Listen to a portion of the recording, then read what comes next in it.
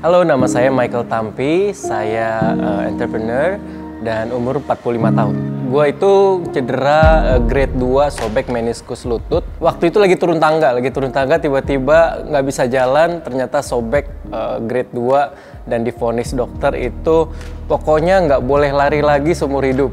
Kesel banget, dongkol banget, begitu dibilang nggak bisa ya itu bener-bener terpukul, bener-bener gue, masa seumur hidup gue nggak boleh? Bahkan gue tanya sepak bola boleh nggak? Ya nggak boleh juga gitu. Halo, nama saya Michael Tampi, saya entrepreneur dan umur 45 tahun. Oke, jadi gue itu cedera grade 2 sobek meniskus lutut. Itu buat gue sih sangat memukul banget karena gue tuh suka lari.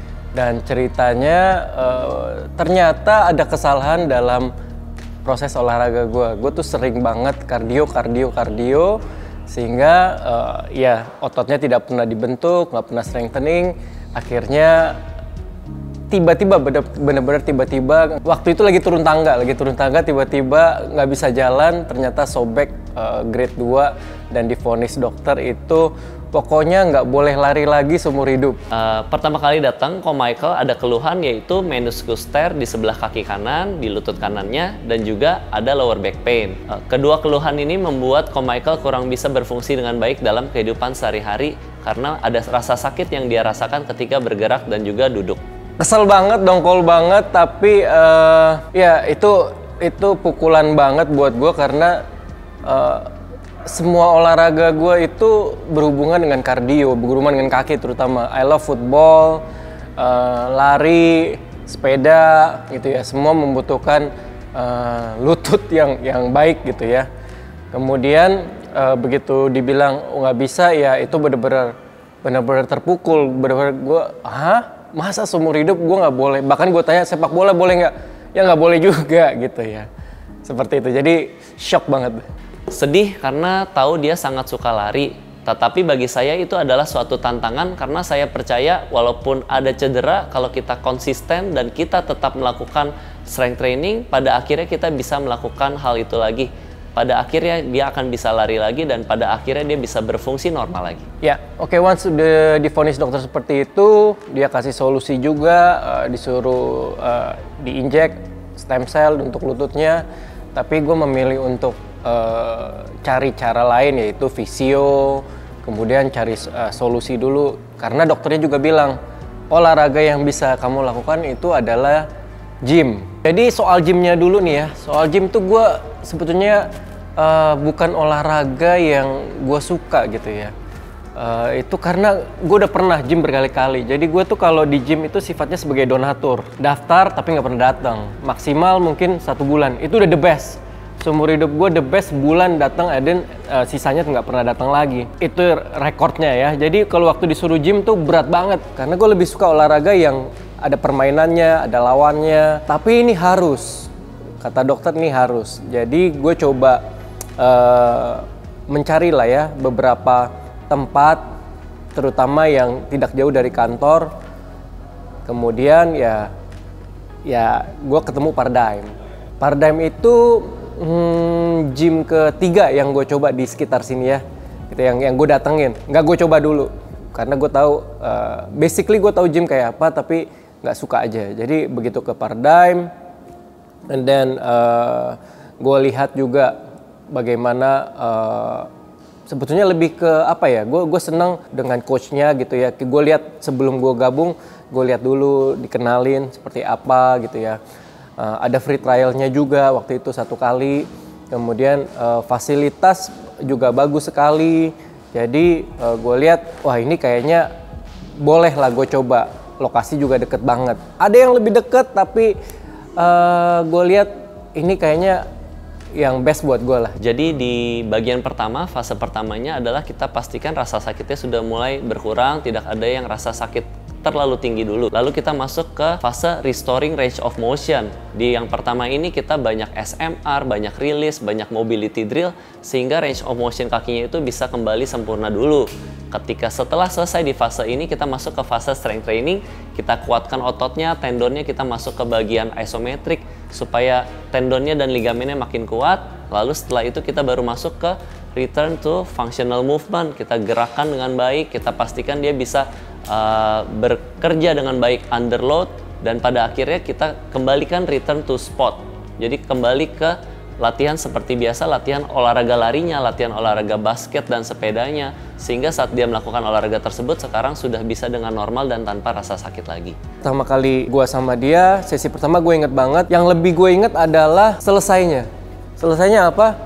Karena kan yang namanya udah biasa olahraga, udah biasa kardio, itu kan pasti kan selesai olahraga keringetan lah apa segala. Ini gue bingung, nih gue ngapain ya dari tadi ya? Karena perasaan gue tuh gue gak keringetan sama sekali gitu ya. Kayak latihannya pun sesuatu yang mungkin gue tidak pernah latih gitu ya. Ternyata secara spesifik Coach Edwin itu melatih otot-otot mikro gue dulu gitu ya. Gue gak langsung dikasih sesuatu yang jadi beban buat gue gitu, yang jadi berat gitu ya. Ternyata memang proses recovery itu beda. Jadi gue saat itu gue belum sadar, dan di situ gue jadi makin yakin, oh ternyata di gym, terutama kalau kita mendapatkan tempat gym yang tepat, terus dengan PT yang memang certified, ngerti setiap klien itu beda, nggak sama gitu ya. Proses recovery itu tepat adanya gitu ya. Cara program latihan pasti harus sangat hati-hati, karena dalam gerakan-gerakan basic saja ada rasa sakit yang dirasakan, terutama di bagian lutut kanan, dan juga ketika ada gerakan-gerakan di bagian perut dan core, pasti ada sakit di lower back pain. Jadi di awal itu kita banyak gerakan-gerakan yang enteng, lalu kita berikan stability dan balance movement supaya gerakannya lebih bagus, dan juga mobility di awal. Yang pasti selama proses recovery itu Coach Edwin itu cukup detail ya, cukup detail dengan bagian mana sih yang gue sakit. Dijelaskan juga ke gue gitu ya, otot-otot mana yang harus kita recover dulu, latihannya begini, kenapa latihannya begitu, kenapa harus latihannya ini. Ya, proses recovery itu menurut gua quite challenging, tapi keberadaan PT itu menurut gua justru yang paling krusial. Keberadaan PT yang mengerti bahwa gua harus proses recovery seperti itu penting sekali gitu ya. Gua baru bisa paham sesi demi sesinya seperti apa, dan thanks to Coach Edwin juga, dia selalu convince kita kalau prosesnya ini ya begini, dan one day lu pasti bakal recover gitu ya. Jadi mungkin cukup 2-3 sesi gue udah convince bahwa ini yang harus gue lewatin gitu ya, karena PT di sini tahu apa yang harus dia lakukan, di training dengan baik, itu yang gue lihat ya.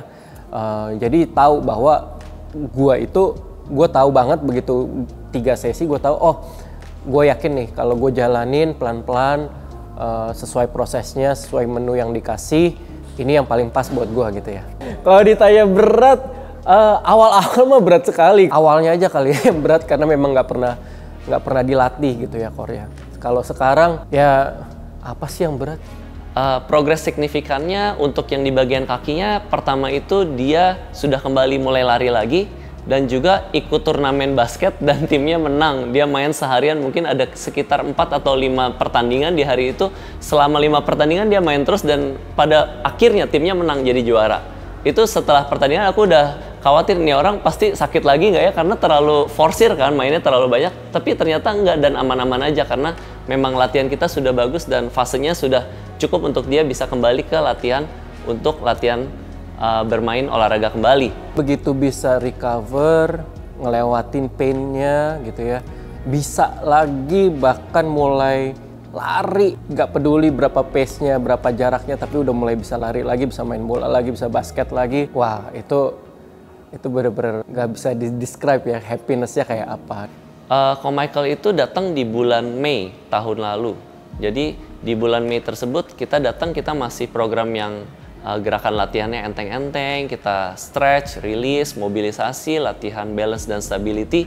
Lalu ketika di bulan mulai September Agustus beliau sudah bisa mulai lari lagi. Jadi sekitar Juni, Juli, Agustus, September, sekitar 3-4 bulan beliau sudah bisa kembali ke lari lagi, dan juga main basket lagi, dan juga kembali ke aktivitas normal. Pastinya sangat bahagia sekali, sangat bangga dengan hasil yang kita dapat raih bersama, terutama karena konsistensi dan juga disiplin dari Ko Michael sendiri. Karena aku yakin kalau seseorang konsisten dan juga disiplin dalam melakukan latihan, pasti ujungnya hasilnya akan datang perlahan-lahan, dan di kasus Ko Michael ini hasilnya kita bisa lihat kurang dari 6 bulan dia sudah bisa banyak perubahan di dalam badannya. Gue grateful karena begitu gue datang, Coach Edwin benar-benar tahu gue harus recovery seperti apa, memberikan solusi, memberikan porsi latihan yang tepat. Jadi itu yang gue happy. Thank you karena gue selama 44 tahun, sekarang tahun ini 45, belum pernah merasa punya body composition yang sebaik ini, punya strength yang sebaik ini. Konsistensi is everything. Karena Ko Michael konsisten, disiplin, maka hasilnya kita bisa lihat pada hari ini beliau sudah return to normal daily activities. Bangga dan terharu kalau ini tuh bukti nyata. Nothing is impossible. Dengan konsistensi dan juga disiplin, siapapun kalian, kalau kalian pernah cedera, kalau kalian terus lakukan latihannya, suatu hari kalian akan menjadi lebih baik lagi, kalian akan return to normal activities. Paradigm Fitness, it's your future. It's your future.